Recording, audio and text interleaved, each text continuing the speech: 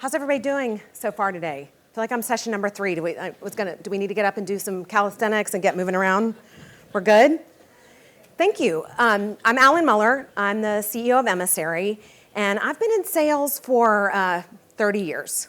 I should say 3 decades. I go back and forth trying to figure out what makes me sound less old. So I don't know if it's 3 decades or 30 years. Either way, I've been in sales a long time, right? I've seen a huge evolution in sales.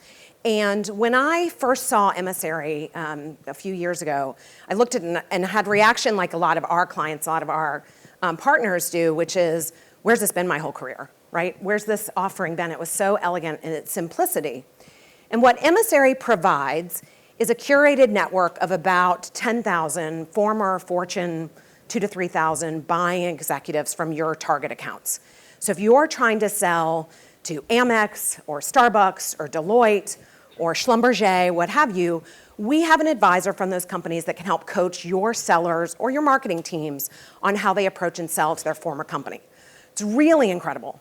Because we have this network of 10,000 buyers, it's probably one of the largest buyer communities in the world. So we have an opportunity to survey them every year. We do a buyer snapshot and survey them every year to try and understand like what the buyer sentiment is out in the market, right? Because we talk to our customers all the time, we're talking to our sales teams all the time, our solution engineers all the time, but it's really hard to get the voice of the buyer before they're your customer. So we do this buyer snapshot every year. We just finished it for this year, and so we have some things that we want to share with you, and also some observations as we think about people, process, and technology to support your Q4. How many of you are in Q4 already or are going to be in Q4 in the next couple weeks? Okay, so things change a little bit in Q4, right? The urgency, but also the prioritization and the role of enablement shifts a little bit too, so we'll talk about that. So in our buyers survey, I'm not going forward. There we go. So across the data, now some of this information isn't new. Like the sentiment here we've seen for a while. The challenge is that it's not changing, right? So despite our investments in marketing or outbound messaging or what have you, the buyer sentiment hasn't changed. And some of this we can't control, right? So we know that the buyer community, as far as who's involved in a decision, is growing. This has been a trend we've seen for a long time. What we're seeing that's new or newer and accelerating is the number of cross-functional folks that are involved in a buying decision, right? So it's not just an HR decision or a marketing decision or a sales decision or what have you. Truly cross-functional, bringing more IT procurement to the table. And for that reason, we're seeing much more procurement involvement. All of us know this, we feel it, your sellers feel it, right? So much more involvement and kind of unclear how much power procurement has at the table, but they're certainly driving longer deal cycles and much more complexity in that buying process. And at the end of the day, the buyers aren't terribly impressed with us, right? They don't feel like our sellers are adding tremendous value in the process. They don't perceive it as deepening a relationship. And these trends have been happening for a long time, right? So we've seen this data. What's worrisome about it is we continue to invest in trying to address it, some of which we can control for and some of which we can't, but they're just not moving, right? And what we saw as we looked across the data is there are 4 major kind of traits or behaviors that we see that when evident are more likely to result in a buying decision, and when you don't have them are more evident to result in a negative decision, right? So 4 things that were on both lists. And these will make sense to all of us as well, and then we'll talk about what we're gonna do about it.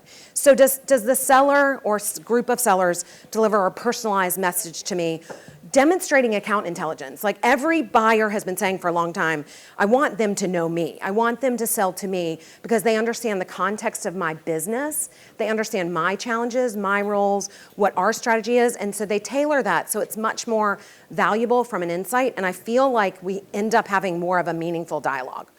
I do think over the last few years, depending on where your businesses have been performing, the pandemic has been an incredible kind of moment for all of us to live through.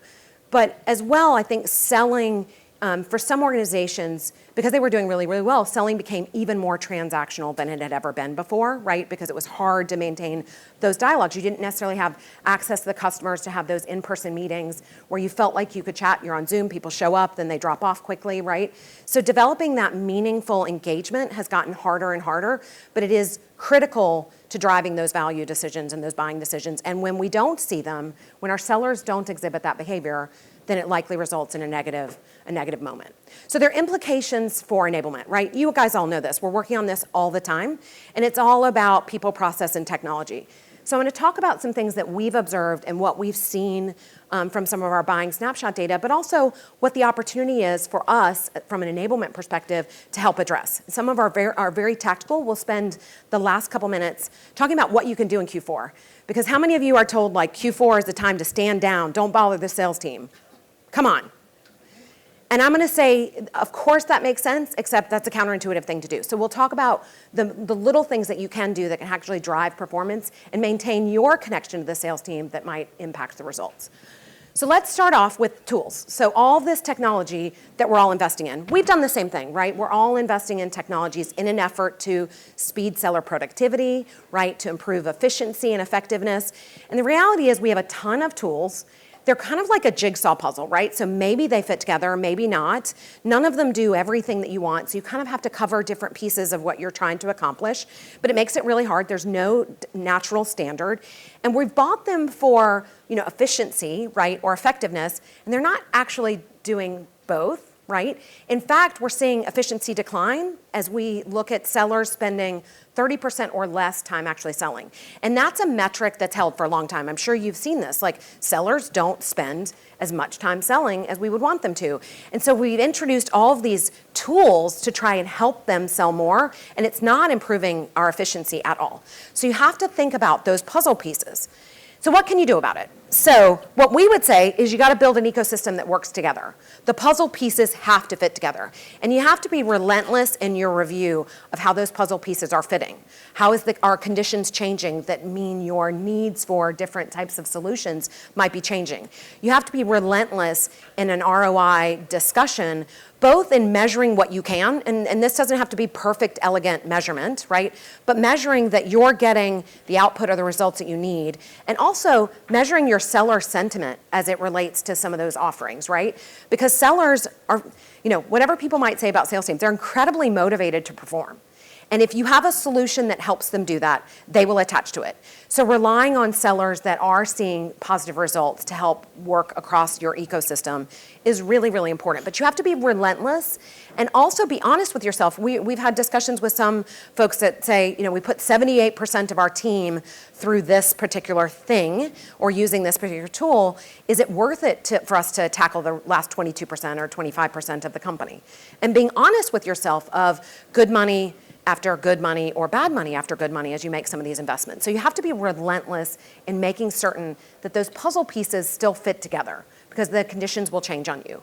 You have to make sure that they are fueled by the right insights, right? So do you have intelligence? Are you feeding those tools with intelligence that makes them hang together more and be more effective? And are you looking at training as an ongoing offering as opposed to we go to a sales kickoff, we do a big training event, everybody knows what we're doing, and now we send them all off into the market versus consistent, repetition and reinforcement around what you're learning about those tools. Because a lot of times you go in with the best intention of some of these implementations and you learn things as you go along, right? There's no way to really test this until it's native in your environment and your sellers or your sales teams are working across those tools and can give you feedback about what's working, and then you adjust and you retrain and you share those insights. And at the end of the day, also, you have to be thoughtful that the tools support the people in the process, not the other way around, right? And so, we don't want to do tools for tools' sakes, but we have seen organizations start to be thoughtful about, how do they segment their teams, right? So your PubSec team may need something that's different from your commercial team, which may need something that's different from your SMB team or your enterprise or key accounts teams, right? And being honest with yourself that maybe there are one size fits all that will work across your entire organization, but it is okay if you think, here's what I need for this particular group to drive their success, and here's what I need for this particular group, and that's okay. Successful organizations are thinking about what those individual teams need to power their performance, okay? So that's the technology, pretty tricky to navigate. So let's talk about people. We're all hearing the term quiet quitting. I'm tired of hearing it. I don't even want to talk about it because I feel like it breeds this thing, right? I don't want to talk about it, and I hate it. But we all know that it's happening. I've seen it in our own company. We all know what this looks like, right? And I hate it when it's applied to salespeople because sellers are working hard. They do work really hard, and they're driven, and they're motivated, and they want to perform. There are very few roles in a company that have a scoreboard as visible as sales, right? They are motivated and driven by performance, and they want to do really well. But Gartner tells us that 89% of our sellers are overwhelmed, right? They're overwhelmed in how to manage their territory and all the products that you're rolling out and the technologies they're supposed to use and the process they're supposed to follow and the this that they're supposed to do in the internal meetings. Like, they're overwhelmed. And some of it we've done to ourselves, right? Because in an effort to be helpful, we've contributed to that overwhelmed moment. And because of this, we're seeing attrition across sellers 3 times what it is for other functional areas. We have one client that sees, at least for the last 3 years, has seen 40% attrition in their sales force every year. Right? Like, that's unsustainable. Like, you can't maintain a business, much less grow a business, if you're attriting that many sellers. So they want to perform. They need you to help them. They're very motivated. They will quietly quit on you if they feel like they can't be successful in your organization. But there's opportunities to address it before you get to that moment, and that's what we would want to focus on here. So how do you incorporate the human element into your sales kickoff? How many of you are actively planning a sales kickoff now? Okay. Sales kickoffs are back, right? So for those of you, did you have them before and now you're bringing them back, or is this have you been doing them through the whole pandemic? Has everybody been doing them? Been doing them virtually, right? So is this now an in-person sales kickoff? Yeah, so when you think about your sales kickoff, you got to think about bringing the human element to it in a way that we've never had to do before. And don't overschedule in an effort to cram everything in, right? Your sales kickoff is about, celebrating successes, aligning on the vision of the company, talking about the plan for the coming year, and giving folks space to connect to the culture.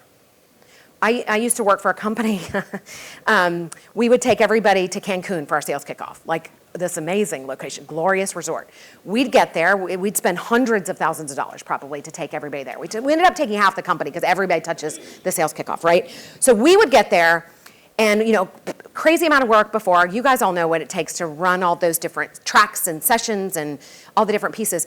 And we get there and our CEO would go right to the beach. Literally right to the beach. And so we're left, not left, but we're all running this session. And he would pop in for his thing, like the moment that he needed to get up and speak. He'd pop in, and his sentiment was, I didn't bring everybody to Cancun to just sit on the beach. We're here to work, right? And we were all like, well, why are we coming to Cancun? Like, our offices were in Tampa at the time. We're like, we can sit in a windowless, conference room in Tampa and have the same result. And by the end of 2 days, our sellers were like exhausted, right? Because we were like, oh, we're going to schedule every minute. We're going to capitalize on every moment that we're together, and we're going to do product training. We're going to do enablement training. We're going to roll out our new processes and all the different stuff, right? And after 2 days, everybody's exhausted, right? Because they're not listening to anything that you say. And by 3 days, they're like mad, right? So they're like angry and resentful that you've taken them all the way to Cancun for 4 or 5 days, and they like maybe step foot on the beach, right? So don't do that. But think about how you focus and emphasize the culture in this sales kickoff, because the craving that you have from your teams to connect with each other is like it's never been before, right? And this need to have that time together. And we all know that a lot of the productive time happens when people, sit down for dinner or are at the bar at night or sit by the beach and just talk about whatever it is they're talking about. Like, everyone's craving that connection. So this sales kickoff is a really critical one to get right and to bring the human element and reserve or try and prevent overscheduling in an effort to fit everything in, okay? Remember what your priorities are for the sales kickoff. And then work with your HR partners to salesize what you're doing.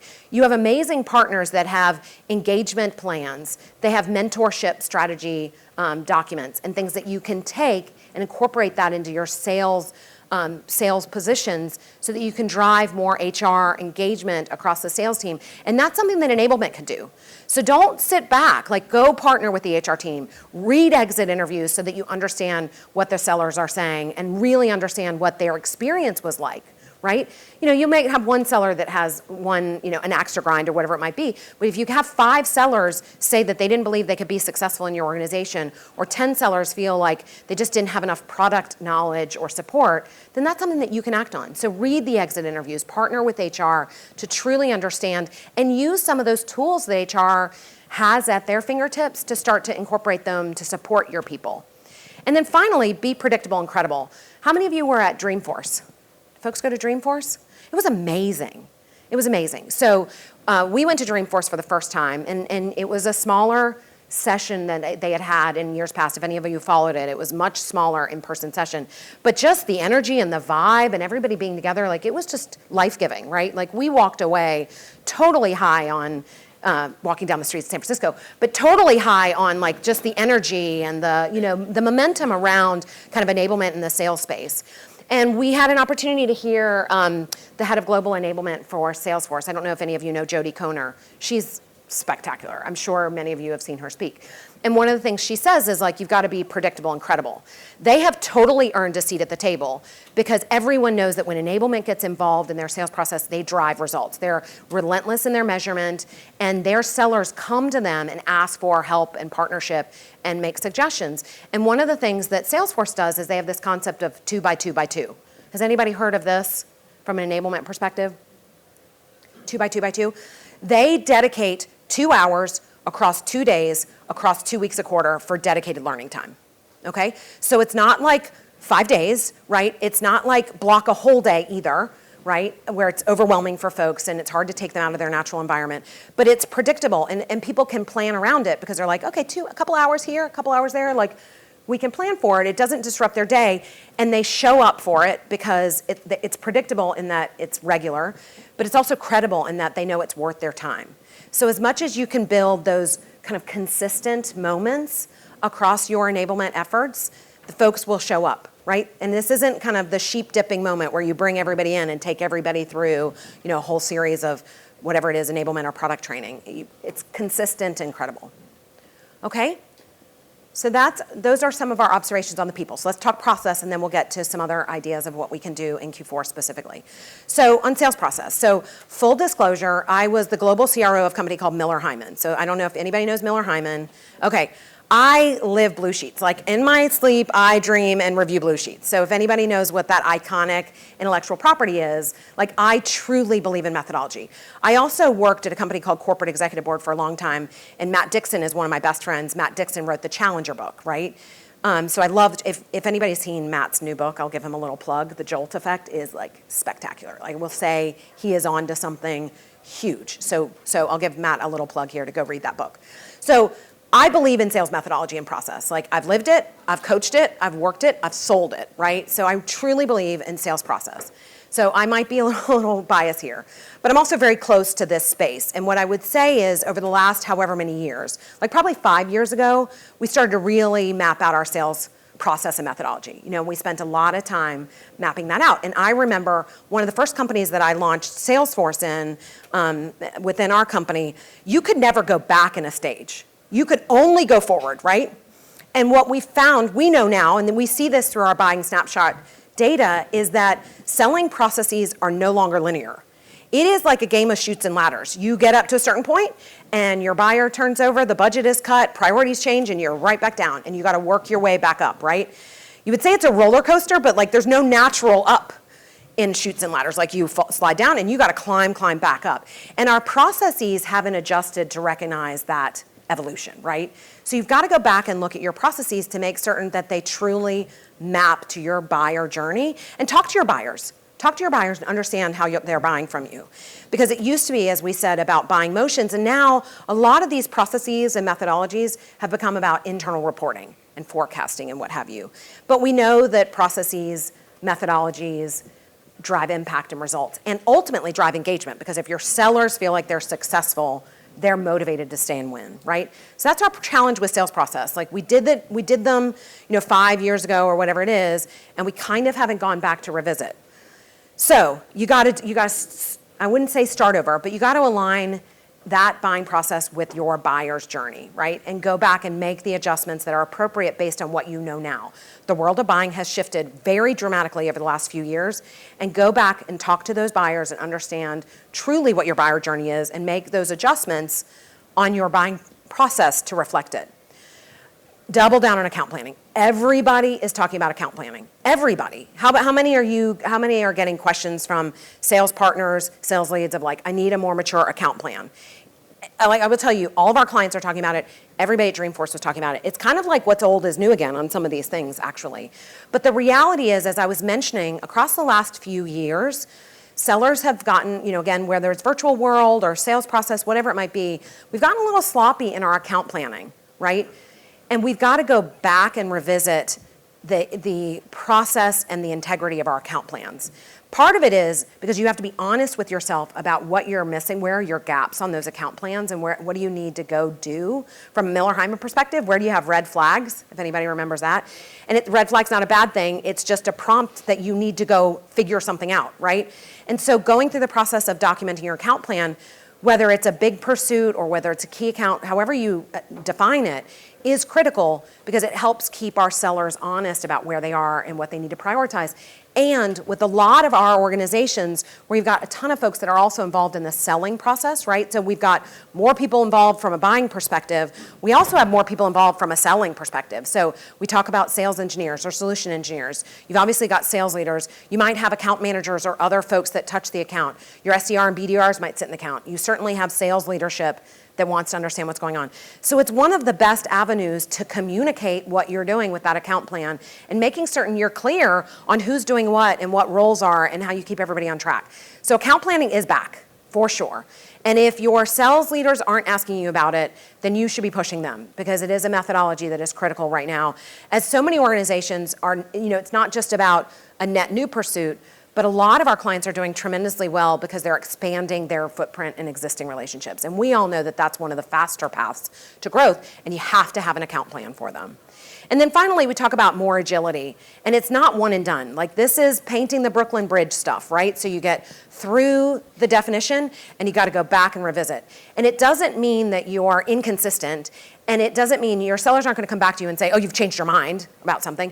No, you're learning as the market conditions change. And you bring a certain agility so that you're always looking for ways to align more so you don't get far and far out of date from your process and your methodology, and that you're constantly aligning and bringing some agility. We were, again, at Dreamforce, we heard a couple of the women that run enablement for Gong, and they said, they focus on obviously what they get right from their sales methodology and their process, but also what they obsess about what they get wrong. And they are okay with getting things wrong because then it gives them a moment to address it. And they're really honest with themselves. And I thought that was really refreshing as we think about this process because we all want to build something and stamp it out and send it out and be done. And you can't. You got to paint the bridge all over again. So that's about sales process. So, if we're all feeling a little bit overwhelmed on all these tools, processes, and people that we need to think about, what can we do right now? Right? So there are opportunities to not sit back. And we included this quote from Jody. She said this while we were in her session. She did a session standing room only, like people are all over the place trying to hear her speak. And she said, sales enablement is having a moment. True, very true. If we, as preeminent enablers, do not decide to disrupt ourselves to be the disruptors in our organizations, we will be disrupted. And she said, that would really suck. So agree with her on that sentiment, but the key is you have this moment to disrupt. Enablement can't be order takers from the sales team. It has to be kind of leaning in and partnering and seeing what your sales leaders can't see because they're too close to it on a day-to-day basis and truly partnering with them. So what can we do about it right now in Q4? So I will say avoid these 4 things at all costs because these will help drive potentially your Q4 performance, but also set you up well for next year. So the first one, avoid laying low in Q4, okay? I've said it as a sales leader, like, don't bother my sales team. We need to focus on closing deals. In some ways, I do love the clarity of Q4 because the whole organization rallies around delivering a number, right? And I think there's some clarity of purpose and energy. But what I would say to you is don't back off. This isn't the time to go introduce new processes or new big things, but it is a moment to step in subtle ways where you're offering deal coaching, you're partnering with them, you're offering office hours to try and help, you're listening to calls. Your teams will do more calls in this window likely than they do all year. So it's a gold mine for you of understanding seller behavior, buyer behavior, and participate and lean in. So don't lay low. We'd also say don't focus on a narrow charter. Again, counterintuitive. A lot of people will say, well, we just want to do a couple of things and do them really well. And what we've heard, again, mirroring what we heard from Jody from Salesforce, is like, this is a time to get big. And it's not necessarily get big that you have to add a ton of team and do all these different things, but get big in your influence. Talk to the HR team, talk to the finance team, partner with others. Think about how you can represent the needs and interests of the sales team in the internal constituencies. Be a voice of the sales team and work those internal channels. Talk to customers. And that's what we would say about getting big, right? You don't have to do big things as far as rollout and implementations, but don't sit back and focus on just a narrow charter, because you need to do so many more things than that. Don't forget to measure, okay? As I started off, like, some of the organizations that we see are relentless in how they're tracking ROI. This doesn't have to be precise, right? You don't have to have these great metrics, but use your BI team to pull data to help you understand what the adoption patterns are and what the usage patterns are and what the effectiveness is. And be honest with yourself. Use this time, again, because your teams will do more calls, have more moments with clients than ever in the year before. You have an amazing opportunity to capture that data to understand what's working and be honest with yourself about what's not. And when we say measurement, it doesn't have to be this enormous ROI effort, right? But it can be subtle. You can, again, get voice of the sales team, understand how they're feeling about those solutions or tools or processes. Because I guarantee if they feel confident about them, they will adopt, and you can use and channel that energy from some of those early adopters and leaders across the rest of the team.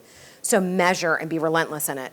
Don't worry too much that you get the ROI perfectly right, but measure something. Right? Progress is progress, right? It's not always about just the outcome. Measure your progress, and that can be in small increments. Finally, I would say don't overstructure everything, right? It's a moment to be agile. It's a moment to understand what's happening in the market. You don't have to boil an ocean, right? You have to think with agility. If something works, great, stick with it, double down on it. If something isn't working, step back, be honest with yourself. It's not a failure of the implementation. It's not a failure of the technology of the tool. It's not a failure of your sales team to not do something you want them to do. But be honest with yourself about how it's performing. So don't overstructure, be agile, especially in this window, think quickly, pull up often, talk to your sales leader, again, very often. Test, learn, and adapt. Okay? So while Q4, interestingly enough, is often this time of like, don't touch anything, like back off, don't distract my people. It's an amazing goldmine from an enablement opportunity if you find the right moments to plug in and the right ways to engage with the team. So hopefully that was helpful. I personally believe that Enable is changing the trajectory of the performance of these companies, changing the macroeconomic performance of these companies. So there's never been a more important point, and that's why we included the quote from Jody, because you have this kind of disruption moment, and instead of being an order taker from a sales leadership team, you have the moment to influence everything across the organization. So seize the moment. Thank you so much. Good luck with your Q4. Good luck with your sales kickoffs, and thank you so much for having me. You did have a couple questions. Do you have time? Oh, I just got to walk off. I'm like, I do want to make sure, I'm sorry. I knew we were close on time. You're okay. And I want to make sure you have a couple that you get to answer. Please. So the first one on here is I'm going to go back to this one real quick. And by the way, you can upvote these. So if you see something, you're like, yeah, I want to hear that. That way it's not up to me to, pick and choose. I want it to be what you guys want to hear. So when evaluating tech, what strategy or scorecarding can be used to align user experience, business operations, and finance? Ooh, great question. Well, I think to start, you include those functional areas in your design and your rollout, right? So their interests are represented from the beginning. This isn't go into a closet, design something, build it, and then roll it out and ask for feedback. If you guys know this, if you have that active partnership along the way, you've got folks at the table who are vested in your success, right? If you bring in finance or whatever those other elements were, if you bring them in part of the design process, your likelihood to succeed is higher because they're in it with you. And it also, we've heard this before, like sales enablement has done to me or is making me do the whatever.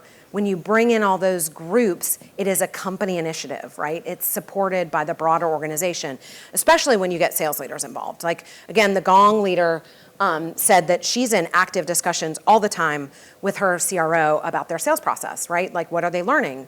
being honest with themselves about what's working for them, but also being honest with themselves about how the market is changing and how people are buying from them. So did I cover everything that was in the question? Yes. Okay, thank you. And then the last one has a few upvotes, which is, what can we do if the biggest reason for salespeople leaving is bad leadership? Should we just leave too? Oh, no. Okay, so let's talk about this. I think this is a really, I mean, we all know okay, people leave, bad leaders or bad managers or whatever it might be. Like, chances are that leader has been successful at some point, right? Like you just don't drop them into a role and they've never been successful. Now, if they were a successful seller and you promoted them into the job, that's a whole different ballgame. But the likelihood is they've been successful before or somewhere else. And it is our job to help to understand why they are struggling and why they're not performing. And don't leave that up to your CRO or whomever that manager's manager is. Like, there's confidential conversations you can have when they likely know they're struggling too. They know it, right? Again, that's not a great feeling. And they will welcome, if they're right for your organization, they will welcome that partnership and welcome that outreach if it is done in a way of, I want to help. I understand, the team might be struggling. You're probably frustrated with what you've had for attrition. It's been really hard for us too. So how can I help you? Here are some of the things that I've observed from some of the exit interviews. Not in a pointing finger way, but maybe we can work on this together. Maybe there's some things. Do you need some additional personal training? Again, remember my point about enablement doesn't have to be one size fits all. There might be some, specific and dedicated coaching you have for this person that you've invested in. They're part of your family. You need them to be successful, right? Like, no one wants to wash out anyone, much less a sales leader. So I think you have to step back and understand that when they were successful, what did it look like and why? How do you replicate or help them transition to whatever it is, behaviors, activities, or whatnot that they need in this new role or whatever is happening? And be honest with yourself. And if they are the wrong person, I would tell you got to be honest with yourselves too and relentless in that. Because if it truly is not a great fit, which I think is the rare case, honestly, but it happens, you get someone that's a rare fit, you are relentless in addressing it. So you step in really quickly to try and support, to coach, to engage, to work together, understanding kind of what the feedback truly has been. Some people just, whatever they'll say in an exit interview, right? So you got to be thoughtful in how you decipher the signal to the noise there, and coach as much as you can, help them be successful. And if it's not going to work, you got to be relentless on moving on folks, because it's not worth, infecting or affecting an entire team if they truly aren't the right leader. But I would start with they're the right leader and we need to figure out how to make it work and help them be successful. Thank you so much. Thank you. There's a few other questions that came through, and I do encourage you to come talk to her directly because we have a break coming up. We're next door. Yes. That hot space over there with a lot of folks, but come over. We'd love to chat, and we can tell you a little bit more, about how we're thinking about it. Most of our leadership team came from big enablement roles. So we truly understand the space. And so we'd love to talk with you just from a leadership perspective. Please give her a round of applause. Thank you.